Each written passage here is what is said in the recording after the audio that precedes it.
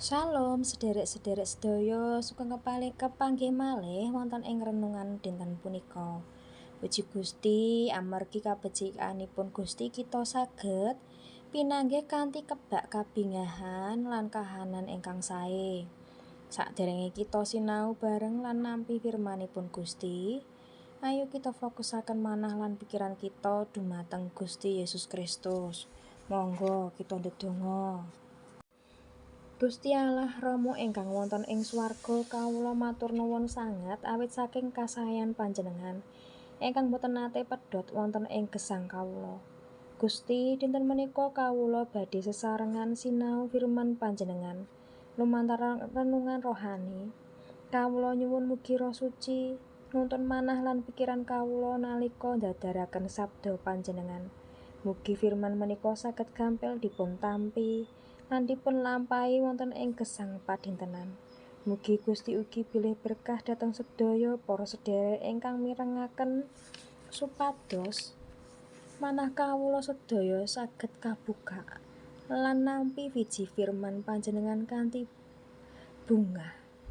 Kawula pasrahaken wekdal menika namung wonten ing dalem asma Gusti Yesus Kristus kawula ndedonga. Amin. Judul renungan dinten menika Gusti Allah makarya ing samukawis perkawis kapendhet saking Rom 8 ayat 28 mekaten. Saiki kita padha sumurup yen Gusti Allah uga makarya ana ing samubarang kabeh.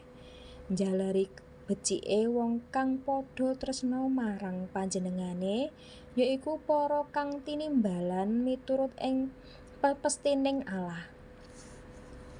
Para sedherek ingkang dipun tresnani Gusti Yesus, asring wonten ing pagesangan punika kita nggadahi perkawis ingkang awrat. Kasusahan utawi kahanan ingkang boten trep kaliyan karsanipun manah kita asring pitaken Gusti punapa tegesipun sedaya punika. Ayat ing serat Rom 8 ayat 28 menika paring panglipur ageng. Gusti Allah mboten nate tilem utawi nilar kita. Piyambakipun Gusti Allah nika tumut makarya turut bekerja wonten ing samukawis perkawis. Tegesipun boten namung wonten ing kabingahan nanging ugi wonten ing pait getiring gesang. Gusti Allah nembe nyambut damel pangandika punika boten janji bilih gesang kita bakal gampil, nanging janji bilih sedaya perkawis bakal dipun olah dados kasaeyan kagem kita ingkang tresnani Gusti. Gusti Allah nggadahi rancangan kagem kita kanthi mekaten tugas kita inggih punika tetep setya pitados lan tresnani Gusti sanajan kita dereng mangertos punapa ingkang nembe dipun rancang Gusti kagem kita. Monggo kita ndedonga. Duh Gusti Allah ingkang Maha Sae, matur nuwun kagem pangandika paduka ingkang ngemutaken manah kula, ingkang nguataken kawula.